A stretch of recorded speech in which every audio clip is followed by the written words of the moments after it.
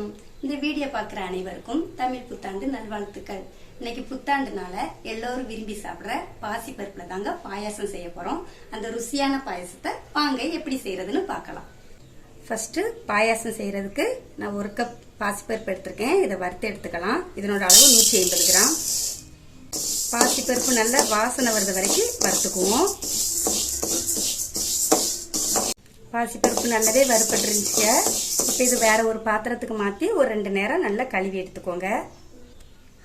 இது கூடவே நான் ஒரு 2 ஸ்பூன் பச்சரிசி எடுத்துக்கோங்க. சம்பா பச்சரிசி, நீங்கள் நார்மல் ஒயிட் அரிசினாலும் எடுத்துக்கலாம்.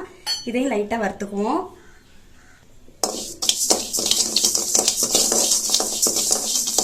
ஒரு 1 நிமிஷம் வறுத்தா போதுங்க. அரிசி நல்லா வறுத்தாச்சுங்க. இப்போ இதை ஒரு மிக்சி ஜாருக்கு மாற்றி ஒன்றும் பாதியமாக பொடிச்சு எடுத்துக்குவோம். இப்போ ஸ்டவ் ஆன் பண்ணி ஒரு குக்கர் வச்சுருக்கேங்க. நம்ம வறுத்து க்ளீன் பண்ண பாசிப்பருப்பை இது கூட சேர்த்துக்கலாம்.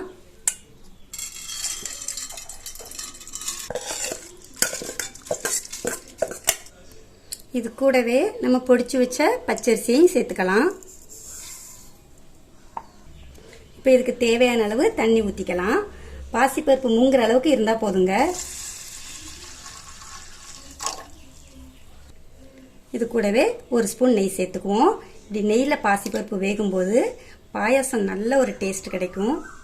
இப்போ இதை ஒரு 3 விசில் விட்டு வேக வச்சு எடுத்துக்கலாம். இப்போ பருப்பு வேகிறதுக்குள்ள நம்ம பாகு காய்ச்சிக்கலாங்க. நான் 1 கப் பாசிப்பருப்பு எடுத்திருந்தேன். அதுக்கு இப்போ 1½ கப் வெல்லம் எடுத்துக்கலாம். இப்போ இந்த வெல்லம் கரைகிறதுக்கு 1/2 கப் தண்ணி சேர்த்துக்குவோம்.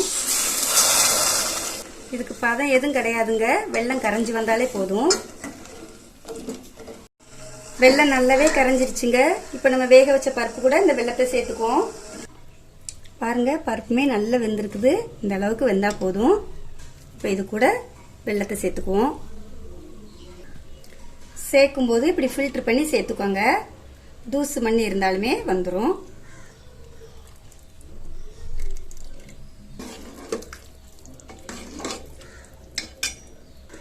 இது கூடவே ஒரு 2 கப் தண்ணி சேர்த்துக்கலாம்.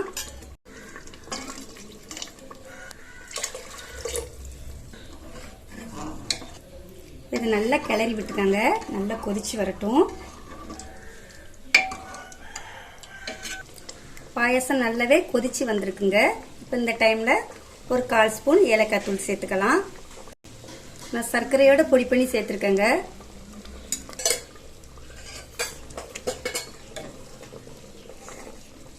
இப்போ கடைசியாக ஸ்டவ்வை நல்லா சிம்மில் வச்சுட்டு நான் 1 கப் பசும்பால் எடுத்திருக்கேன். அதை இது கூட சேர்த்துக்கிறேன். நீங்கள் தேங்காய் பால்னாலும் சேர்த்துக்கலாம். அதுவுமே நல்ல டேஸ்ட்டாக இருக்கும். இப்போ இதை நல்லா மிக்ஸ் பண்ணிக்குவோம். சிம்மிலே வச்சு ஊற்றிக்கோங்க. நான் இது காய்ச்சின பாலுங்க. இப்போ இது கூட லாஸ்ட்டாக நெய்யில் வறுத்த முந்திரியை சேர்த்துக்கலாம். 2 ஸ்பூன் நெய் விட்டுருக்கேங்க.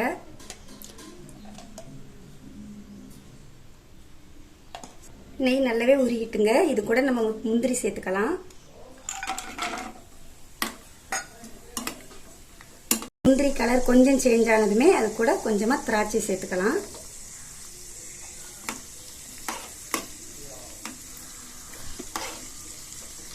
நல்லா வறுபட்டுருந்துச்சுங்க. பாருங்க, நல்லா பால் மாதிரி வந்திருக்குது. இப்போ லாஸ்ட்ல ஒரு 2 ஸ்பூன் தேங்காய் துருவல் இது கூட சேர்த்துக்கலாம். நீங்கள் கட் பண்ணி கூட சேர்த்துக்கலாங்க. எங்கள் பிள்ளைங்களுக்கு இதுதான் பிடிக்கும். அதனால் நான் இதே மாதிரியே செய்கிறேன்.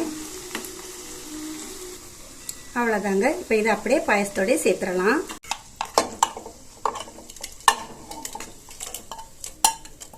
அவ்வளோதாங்க. ஸ்டவ் ஆஃப் பண்ணிவிட்டு நல்லா கிளறி விட்டுக்கோங்க.